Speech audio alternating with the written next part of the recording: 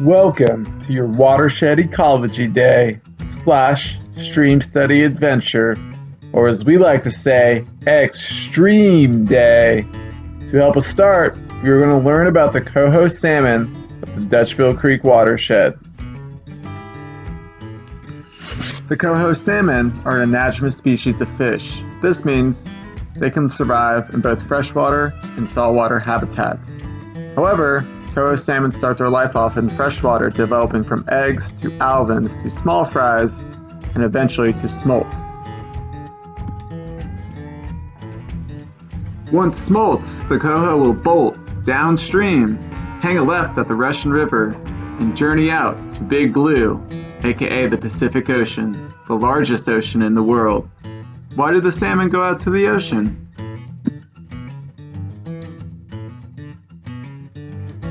After spending approximately 2 years in the ocean, the coho salmon will smell their way back upstream to spawn in the freshwater tributary they were born in. Once there, the female coho will clear away mud and other debris from rocks and gravel, creating a nesting site for their eggs, called the redd.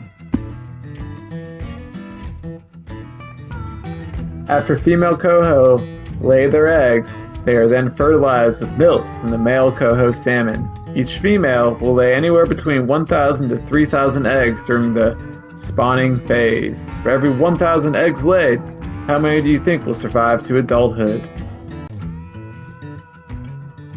The effort to travel back upstream and spawn requires all of the coho salmon's energy.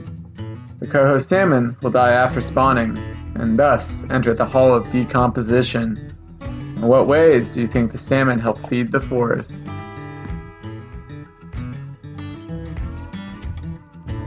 In California, coho salmon populations have been declining since the mid-20th century. Historically found in 582 streams, the coho can only be found in about half of these streams today. In the Russian River watershed, which includes Dutchbill Creek, the coho salmon are considered endangered. This decline is largely influenced by humans or anthropogenic measures, such as loss of natural habitat, caused by increased urbanization and deforestation, overexploitation, and changes in natural climates such as prolonged drought and decreased water levels. Although coho salmon populations have dwindled, this doesn't always have to be the case, or doesn't have to be the case for the future. There are many different ways in which humans can provide support to better ensure the survival of the coho salmon. With the collaborative efforts of many different community organizations, the Russian River Captive Coho Salmon Broodstock Program has introduced over 100,000 hatchery coho salmon to Dutchbill Creek since 2006, with an additional 6,000 to be released in the spring of 2017. Using this beautiful, mesmerizing nature scenery as a background, that's right, you guessed it. It's time to critically think, dig deep, and reflect. Remember, we all live downstream. We are all connected. The more we know about how we both influence and impact the habitats we live in, the better chance we have of protecting them. In the case of the coho salmon in Dutchbill Creek, we know our water usage has a direct impact on their survival. Thanks for hanging out today and learning more about the endangered coho salmon of Dutchbill Creek watershed.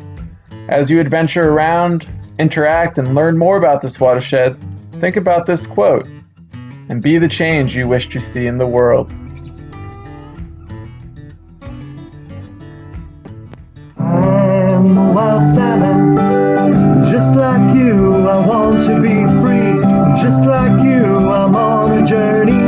I'm a wild salmon, so jump on in and follow me. Yo, jump on in and follow me.